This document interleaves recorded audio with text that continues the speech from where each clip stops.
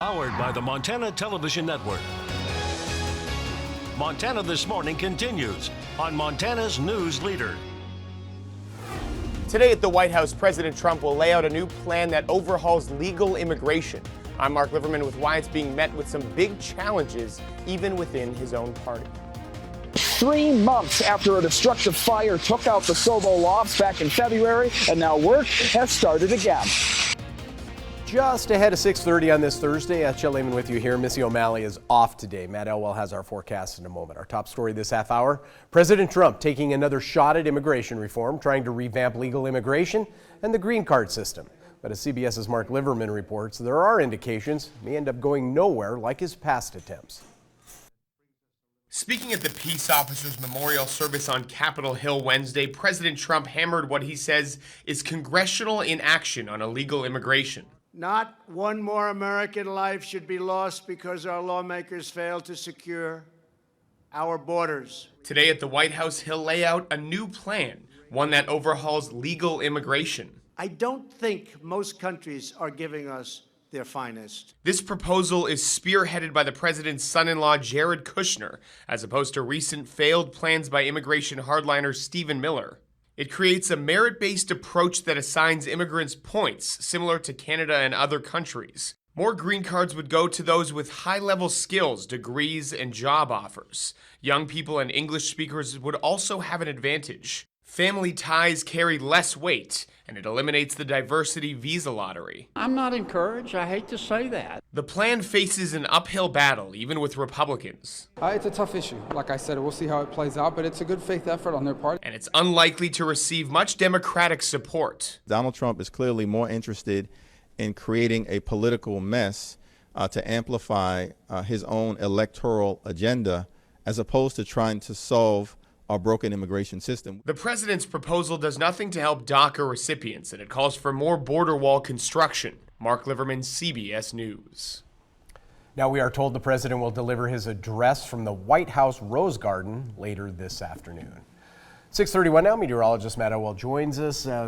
Nice start, little cloudy. I see a couple of drops. Are there drops falling out there again? That's kind of that way off and on. Nothing heavy. I think you're going to be turning on the delayed wiper more than anything throughout the daytime hours. The evening, those wipers may be going full tilt. Looks like off and on showers expected. Temperatures into the 40s right now. We do have some showers showing up on our satellite and radar imagery, even with the lighter rain showers that are in place. Damp afternoon, better chance of seeing the heavier rain showers late in the day, but a rumble of thunder through the afternoon is likely as well. We talk about a cooler weekend and wetter weekend ahead. Well, that's all coming up in just a few minutes. Thank you, Matt. 6:32 now. 2 days ago, Governor Steve Bullock became the 22nd Democrat to declare as a presidential candidate for 2020. For the rest of the week, Governor Bullock will be campaigning in Iowa, the site of the first presidential nominating caucus in the country, next February. MTN's chief political reporter Mike Dennison will be there as well. This is Mike Dennison reporting from Des Moines, Iowa. That's the state capitol you see behind me. Governor Steve Bullock will be here on Thursday for the first stop in his first campaign trip for the presidency. On Thursday night, his first event will be at a brewery here in Des Moines. After that, he's going to spend 2 days going to 7 smaller cities and towns across eastern Iowa, meeting with voters in all these towns.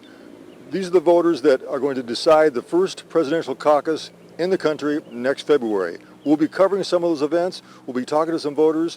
We'll also see what sort of impression the governor's making on some of these voters.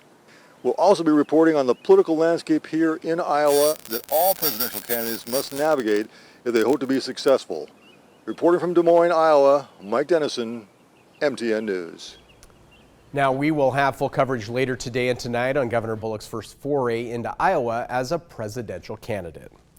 Also, just a day after announcing a bid for the White House, supporters are opening up their wallets for Steve Bullock. The Montana governor's presidential campaign says it's received contributions from all 50 states during the first 24 hours of his campaign. Campaign officials say first-day contributions totaled $1 million. Bullock launched his campaign on Tuesday in Helena, joining a field of nearly 24 Democratic candidates, hoping to challenge President Donald Trump next year. According to CNN, Joe Biden raised $6.3 million, Bernie Sanders $5.9 million. Following their campaign launch. This morning, Bullock won the endorsement of Iowa Attorney General Tom Miller. This makes him the first presidential candidate to win the support of an Iowa Democrat elected statewide. Back on the national and international scene, trade tensions between the U.S. and China could have a ripple effect in Bozeman. President Trump raised trade tariffs from 10% to 25% last week after Washington and China failed to reach a trade deal. The new tariffs will likely have an effect on house construction costs. Southwest Montana Building Industry Association says it expects anything that is imported from China, including most appliances, to see price hikes. Things like nails and hardware will see a substantial rise in costs too. Tariffs are also forcing many contractors across the country to add in escalation clauses for projects set to start in 2020 because it's unknown how high prices might actually go. We just saw a fairly substantial increase in city impact fees to the tune of $2,500 or $3,000 a house for a 2,000 square foot starter home. You know, it might be in that same ballpark. We're looking at similar increases in Belgrade, and so we all just have to accommodate those. Now, this isn't the first time the building industry has seen import taxes go up. President Trump signed a similar order last year, which increased the cost of imported steel and aluminum. Also, many of the nation's farmers also taking a hit as a result of the trade tariffs. Montana Senator John Tester, the only active farmer in the Senate, says farmers are getting hammered right now by low prices for their crops. Family farm agriculture is in trouble. The farm gate prices are terrible. The bankers will tell you that we've got a serious disaster on the horizon. And quite frankly, some of these farms have been in the family for generations. And this is a man-made problem. And in a state like Montana, where we need those export markets, both domestically and foreign, to be able to get prices at the farm, this has just been a killer. Lawmakers now considering a package of fresh bailout funds for farmers, something the Democratic senator called a form of socialism, though most farmers say they don't want. Well, 3 months ago, the construction site of a new apartment complex in downtown Bozeman burned to the ground. Flash forward to yesterday, crews were back at the site working once again. Dan's Cody Boyer was there as crews began working. He explains what they're doing. The big question that I'm fielding, or the fire department's fielding today, and even the city, is what now? That question lingers as the skeleton of Sobo Lost still sits burned behind chain link fence. Bozeman Deputy Fire Chief Mike Maltaverne says a lot has been done since that night, but the jury is still out on what happened. When a building is under construction like this, without the interior walls, it's just a big pile of sticks, really. That building is in its most vulnerable time. Since then, Advanced Fire Investigations Incorporated, a private investigator, has taken the case over. People wonder, well, how did a building of this size and nature burn to the ground in the middle of the night? Well, this building was under construction. When that building is under construction, that means that all the protective systems that by code have to be installed in that building weren't up and running. Clayton Burnett, the private fire investigator for this scene, confirmed the investigation is still underway, with debris and all evidence cleaned from the area. Maltaverne says nothing has pointed to anything yet. There's been a lot of theories out there about how this fire may have started.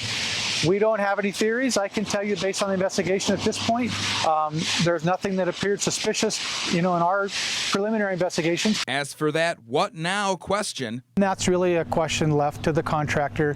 We see it's been virtually cleaned up with the exception of the foundation.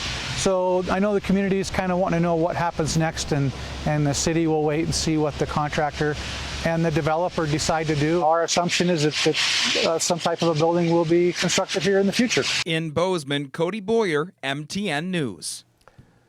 Cody tells us private fire investigator says he will not comment on crews returning to work. MTN News did reach out to Langlis and Associates. The company has not yet responded.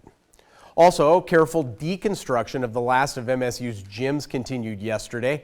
MSU officials say taking down the upper gym should take between 4 to 6 weeks, and the process is slow for a reason. Crews are using a large crane to take down the wall literally piece by piece, then destroy those sections once the wall is on the ground.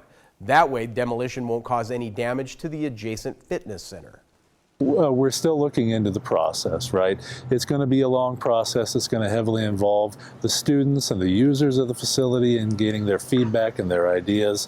And that's a process that people are really going to see kick off this fall when students return to campus. By the way, construction traffic will be using the Fieldhouse entrance during this time, so any further road closure should be minimal. Well, the Butte Council of Commissioners considering having a new Butte group oversee the operations of its popular Alley Rally event. Butte's governing board is deciding to pay the Community Counseling and Correctional Services group about $24,000 to staff and run the event, where people can drop off garbage in town. The CCCS will not use pre-release inmates to staff the Alley Rally, which is expected to begin next week. How about this one for you? Yellowstone National Park issuing an old adage as a word of caution. Get along, little doggy. This after a weekend visitor witnessed this interaction between a small dog and some very large bison. You can see the dog running around barking and agitating the animals. This video was taken between Grand Prismatic Spring and the Norris Geyser Basin. At one point, one of the bison actually kicks out at the dog, just nearly misses it. Yellowstone National Park officials said in a statement that because the dog was not on a leash, it was causing a hazardous situation. Leave your dogs on a leash. 6:40 now. We're going to take a quick break.